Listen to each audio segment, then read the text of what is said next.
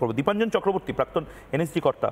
দীপাঞ্জন চক্রবর্তী, তার মানে এটা মানে আর ফিসফাস বা হাস ব্যাপার নেই, এটার পেছনে আইএসআই থাকতে পারে, জামাত থাকতে পারে, এবং এই মুভমেন্টটা হাইজ্যাক হয়ে গেছে। এটা শেখ হাসিনা সরকারকে ফেলে দেওয়ার জন্য এবং ভারতকে ব্যতিব্যস্ত করার জন্য এই মুভমেন্ট। কি বলবেন? ময়ূক, প্রথমেই তোমাকে রিপাবলিক বাংলাকে ধন্যবাদ। এক্স্যাক্টলি 95 দিন পর আমি আজকে তোমাদের সামনে এসেছি। আমি একটা কথা বলি, এই 60-এর দশকে একটা খুব বিখ্যাত সিনেমা ছিল, হিন্দি সিনেমা শিকার।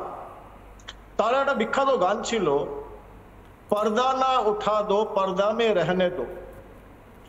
এই যে বাংলাদেশের মুভমেন্ট এবং আমি যা শুনছি বিভিন্ন লোকজনের মুখে, খবরের কাগজে, এটা একটা পর্দা রয়েছে। কিন্তু আমি মিস্টার সিংলার সঙ্গে আমি উইথ অল ডিউ রেসপেক্ট আমি 60% সহমত জামাত এবং আইএসআই এর কথা। একটা বড় জিনিস আমরা কিন্তু একটু ইগনোর করছি, অথবা আমরা এখন এটাকে সামনে আনিনি, আমি সেটাকে ফোকাস করতে চাই। দেখো, জামাত হোক আইএসআই হোক, এরা কিন্তু ক্রীড়নক, এরা পুতুল। আসল খেলাটা খেলছে চীন।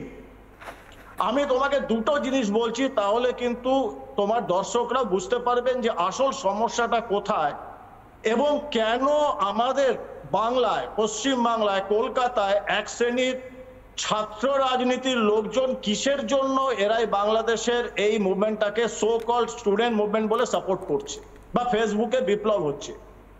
দুটো জিনিস। এক, 8 থেকে 10 জুলাই শেখ হাসিনা ওয়াজেদ অফিসিয়াল ট্যুরে গেছিলেন চায়নায়।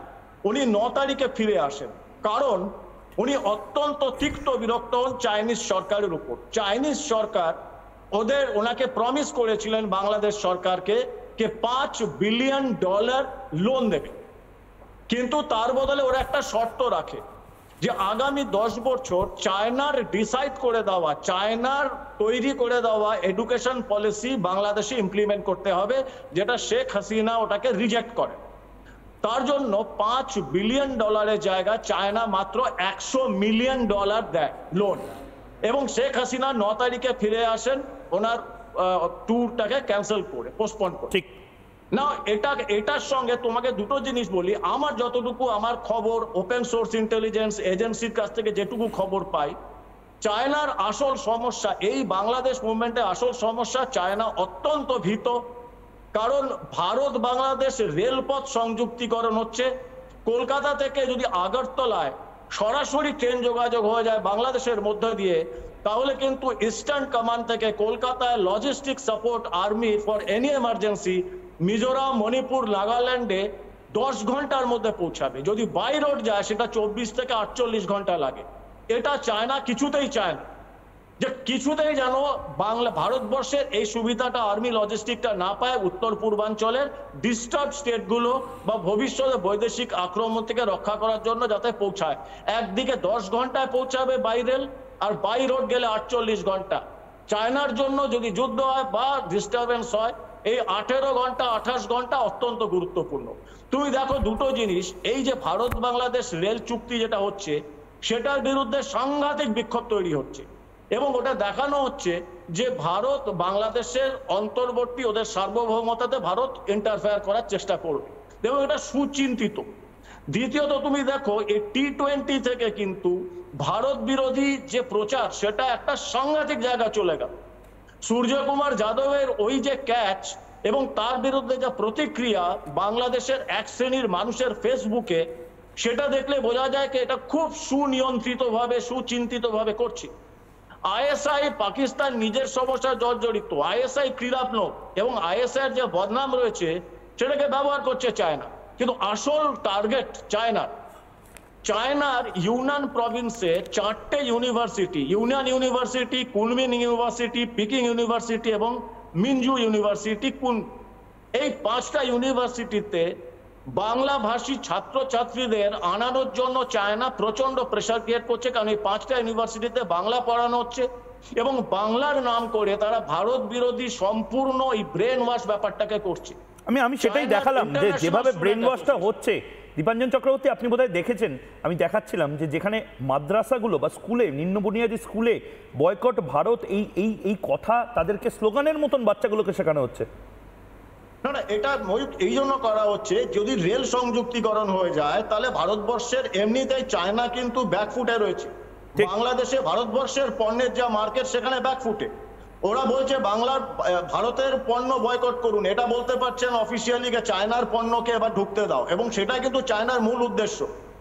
আমার দুঃখ লাগে যে চায়নার বাণিজ্যিক উদ্দেশ্য বা ভারতবর্ষকে বিপন্ন করা বা ভারতবর্ষের রাষ্ট্রীয় সুরক্ষা বিপন্ন করার উদ্দেশ্যকে আমাদের ভারতবর্ষের এক শ্রেণীর রাজনীতিবিদ বা সোকল বুদ্ধিজীবী বা বিপ্লবী তারা কোন স্বার্থে সাপোর্ট করছে, কোন স্বার্থে তারা এই বাংলাদেশের সোকল্ড এই যে জামাত, চায়না, আইএসআই এর তৈরি করা সোকল ছাত্র মুভমেন্টকে তারা সাপোর্ট করার জন্য কলকাতার রাস্তায় নামছে।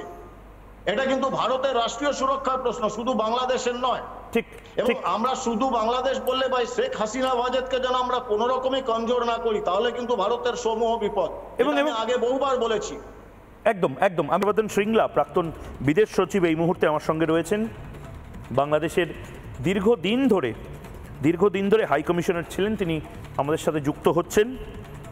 এবং দীপাঞ্জন চক্রবর্তী, প্রাক্তন এনএসজি কর্তা, আমাদের সঙ্গে এই মুহূর্তে রয়েছেন। দীপাঞ্জনবাবু ব্যক্তিগতভাবে অসুস্থতার কারণে অনেকদিন আমাদের সাথে রিপাবলিকে এসে উঠতে পারেননি। আজকে দীপাঞ্জন দার জন্যও স্যালিউট যে দীপাঞ্জন দা আবার ব্যাক ইন ফর্ম এবং আবার চোখে চোখ রেখে এই জামাতিদের বিরুদ্ধে কথা বলার জন্য উপস্থিত হয়েছেন। আমি সরাসরি হর্ষবর্ধন শ্রীংলা ওনার কাছে যাব। হর্ষবর্ধন শ্রীংলা যদি আমাদের সাথে উপস্থিত হন, এসে ওনার কাছে যাব এবং তার পাশাপাশি কয়েকটা প্রশ্ন, যে প্রশ্নগুলো করতে হবে, যে প্রশ্নগুলো প্রয়োজন বোঝার। মিস্টার শ্রীংলা, এই মুহূর্তে যদি আপনি আমাকে শুনতে পান, আমি ময়ূক বলছি রিপাবলিক বাংলার স্টুডিও থেকে।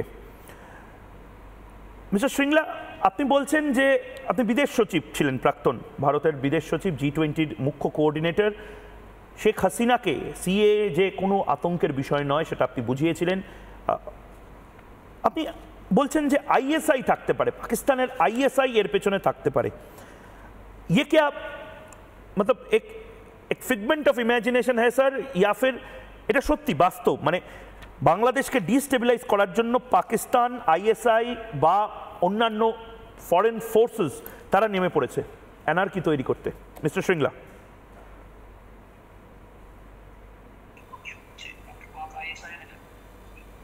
নমস্কার ময়ূক জি, অনেক অনেক ধন্যবাদ।